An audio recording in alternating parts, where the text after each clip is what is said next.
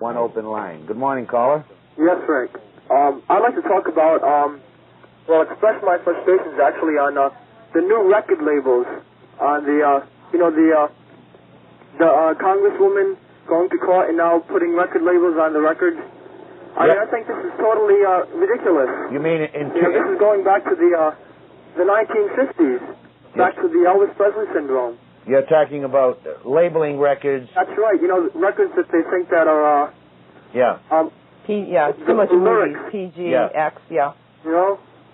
But don't you agree that some of the lyrics of some of the so-called rock records are just off the wall? Oh, that's true. I'm not saying they're not, but it's your privilege to buy something like that, just as it is to buy, let's say, a pornographic book, for example, or some fudge at Lincoln Mall. It's your privilege. That's your right. You're protected by the Constitution. That's correct. But when you buy a so-called girly magazine, it's pretty well indicated on the cover of that publication what type of a publication it is.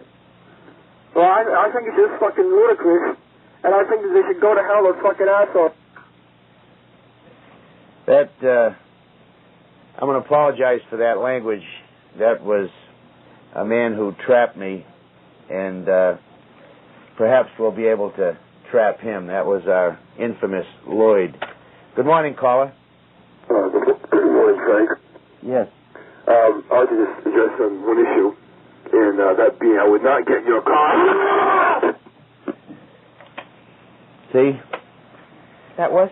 Yeah, again, we have I'm sorry, friends. 7611 is our number, and I had a gut feeling on that call, too.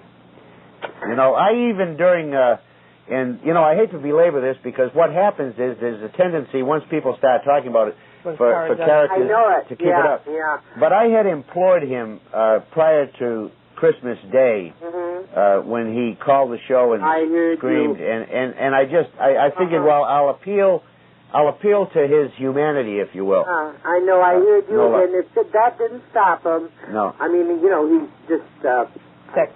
Sick, he said it. It's too bad that whoever answers the phone wouldn't, kind of feel there's something wrong with this call. Well, unfortunately, he appears or sounds articulate, and he comes across, and he does have a propensity, I believe, to somewhat disguise his voice, so it's pretty hard when you're screening calls. Has somebody else called, too, probably, Sure. Yeah. Well, anyways, don't, I feel bad for you because you seem to be so ill at ease when it happens, but it's not your fault. Okay. Okay? Thank you very much. All right. You bet. Bye-bye. Nice. That's, I suppose, what talk shows a little bit better. are all about. Good morning, caller. Yeah, good morning, Frank and Mrs. Menard. Good morning. Yeah, I'm surprised. That first call you had on there, I would have turned him right off because he was coming out of left field. I didn't find him to be articulate or nothing. I seen that coming. I was telling my company I had here. I said, boy, I'd have shut him off because he was coming out of left field. He didn't make sense. People at home should have noticed that also. Well, he did make some sense because he was talking about the new, the proposed labeling on in the record. I understand that, but it's the way he was making a statement to me. He didn't sound like, Well, towards the end, he was leading it. You could tell he was leading into something. Sure, I didn't expect that, though. Yeah, sure. Yeah. No, he needs psychiatric help.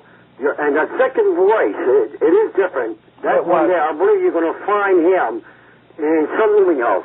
Yeah, that was a different voice, that second one. I say that gentleman lives in a rooming house. He needs help, too.